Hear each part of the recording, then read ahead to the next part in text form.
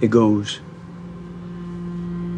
"Then I heard the voice of the Lord saying, 'Whom shall I send? And who will go for us?'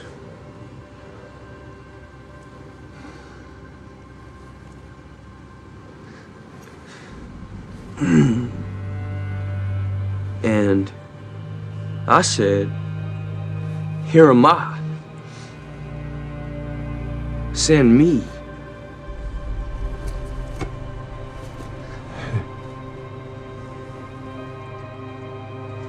Shia LaBeouf is probably the last person on earth you feel bad for. The privileged Disney kid, the rich, famous white guy who had everything handed to him. The face behind mega hits like Transformers, Indiana Jones, Disturbia, and Wall Street. Studios forced him onto our screens, drowning us in generic films, while millions of fans, especially teenage girls, worshipped at his feet. He was everywhere, impossible to ignore. It was easy to hate him, easy to dismiss him as another entitled Hollywood brat. But something snapped. In the early 2010s, Shia wasn't just acting out. He was exploding. Public meltdowns, assault charges, fights. From Hollywood's rising star to the media's favorite train wreck. It was easy to label him. Just another spoiled celeb with zero self-control. This isn't a video to convince you that Shia LaBeouf is some misunderstood angel. He's not. But this is a video to remind you, broken doesn't mean gone. Messed up doesn't mean over. He once said, "If I'd have stayed there, I would have killed her." A heated, violent breakdown. Another time, he lashed out at cops for denying him a cigarette. Bringing up his wealth, mixing in his millionaire lawyers, President Trump and his rights as a white American. But more on that later. Like so many child stars, Shia tried to numb the noise, tried to kill the pain with alcohol, weed, women, anything. But the emptier he felt, the worse his behavior got. If you hated Shia before, he was about to hand you all the ammunition you needed. If you idolized him, reality was about to brutally crush your dreams. But let's rewind to the beginning. Before the headlines, before the stardom, before the fire. Shia LaBeouf grew up in Echo Park, an area in Los Angeles where crime, addiction, and chaos were just part of the background noise. He says his family were hippies, not the TikTok kind, the survival kind. His dad, Jeffrey, had just come back from Vietnam and was doing whatever he could to get by, doing all kinds of jobs, some legal, some questionable. There were even stories about him selling drugs to the Hawaiian Mafia. His mom, Shayna Sade, was a ballerina and an artist. She once owned a head shop, but it eventually went under. Doing what they had to survive, they started a hot dog stand. All three of them, Jeffrey, Shayna, and Shia, would dress up as clowns and walk the streets, selling hot dogs and trying to get people to notice them. Shia says that was one of the first stepping stones of his career. "I'm still doing the same hustle now," he once said. "The only change is that instead of my dad selling hot dogs from the cart, it's Steven Spielberg selling the hot dogs." As a kid, Shia noticed something. The only time his parents weren't fighting was when they were performing. That stuck with him. His father was dealing with serious trauma from the war. To cope, when the alcohol didn't work, he turned to heroin. Little Shia was often by his side at Alcoholics Anonymous meetings. At one point, his dad checked into rehab. But it didn't erase the past. Jeffrey had a criminal record. He once pled no contest to the attempted rape of a 29-year-old woman while high on cocaine and blackout drunk. His father admits that when Shia was a baby, he would pick him up by his foot and hold him upside down to stop him from crying. Then there was the day that could have ended everything. Shia was only 3 when his dad had a PTSD episode and pulled a gun on him. Thankfully, nothing happened. That same year, Shia watched as a man sexually assaulted his mother. He saw it with his own eyes. His mom ran after the man. A neighbor came out with a crossbow and joined the chase, but they never caught him. This was Shia's childhood. His parents were drowning. First, the hot dog stand, the last hope of a struggling family, went belly up. Then his mom blamed his dad for a failed clothing venture, and soon after, the marriage collapsed. Shia was left with his mother in Echo Park. He was 4 years old, and already he felt it, the pressure to step up. Shayna, his mom, tried. She sold bits of fabric and costume jewelry to keep food on the table, but it wasn't enough.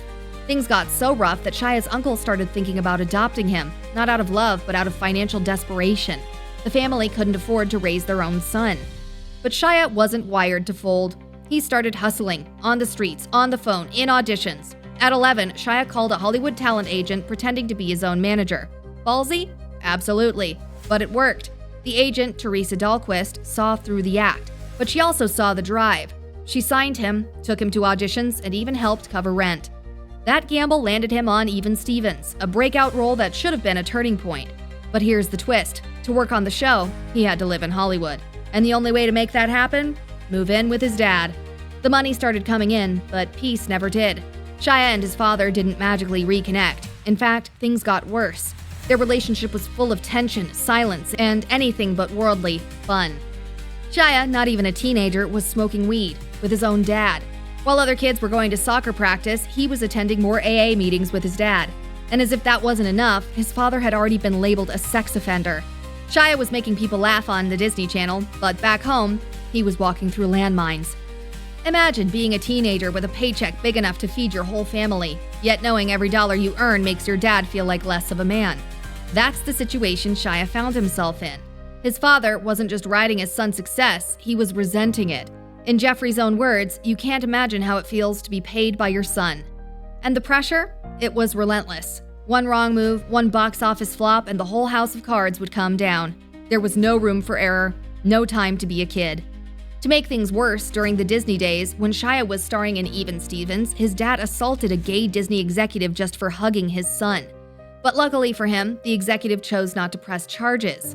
Instead, Shia kept working. He landed roles in films like Holes, I, Robot, Constantine, and eventually hit the jackpot with Transformers in 2007. Success came fast, and so did the money. But money doesn't erase trauma. It doesn't cancel anxiety. As Shia rose, so did his demons. He didn't just follow his parents' footsteps, he ran straight into them. Alcohol became his escape. By 2014, it was no longer a habit. It was his morning, afternoon, and his shadow. That June, he got arrested at Studio 54 for causing a scene. It was messy, loud, and very public. That wasn't his only meltdown. Months earlier, Shia had been accused of plagiarizing Dan Clow's comic in his short film. The internet came for him, and instead of fighting it, he leaned in, with a paper bag over his head that read, "I am not famous anymore." A stunt, maybe, but also a cry for help. Then the famous arrest of 2017 happened.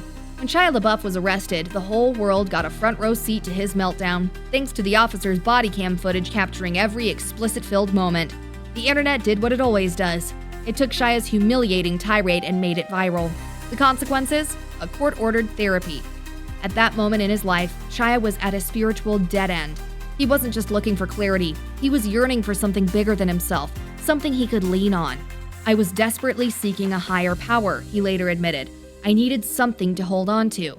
Acting didn't interest him anymore. In fact, he had reached the point where he was ready to leave Hollywood behind entirely. He even considered a quiet life working at Home Depot, trimming bonsai trees. Fresh out of rehab, he was aimlessly driving across the country, living out of his truck to avoid going back to an empty home.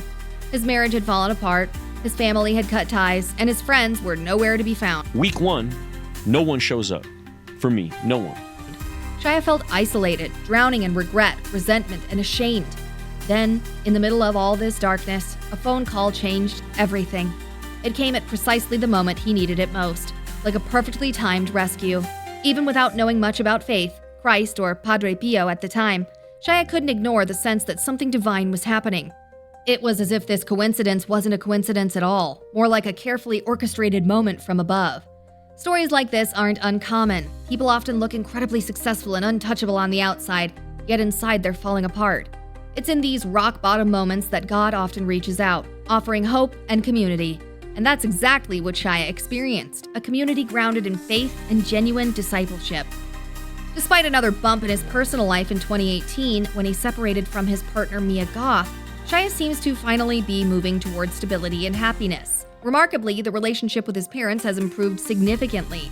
Although watching Honey Boy was painful for them, they expressed immense pride in his bravery and artistic achievement. Jeffrey LaBeouf, sober now for about 15 years, openly shares how proud he is of Shia, calling him the light of his life, and describing him as the sweetest, kindest soul. Jeffrey proudly acknowledges that Shia is entering an incredible phase of his life. Someone asked Shia, on finding himself through God, "Have you ever noticed that the moment you start to find God, it's like you suddenly start to understand yourself?" "Absolutely," Shia replied. "Before, I didn't have a clue who I was. I used to think being tolerant made me a good person, but I've come to realize that tolerance isn't the goal. Tolerance is passive. Christianity calls for something deeper: radical acceptance. He's walked away from the shallow parts of Hollywood and seems to be swimming in deeper waters now.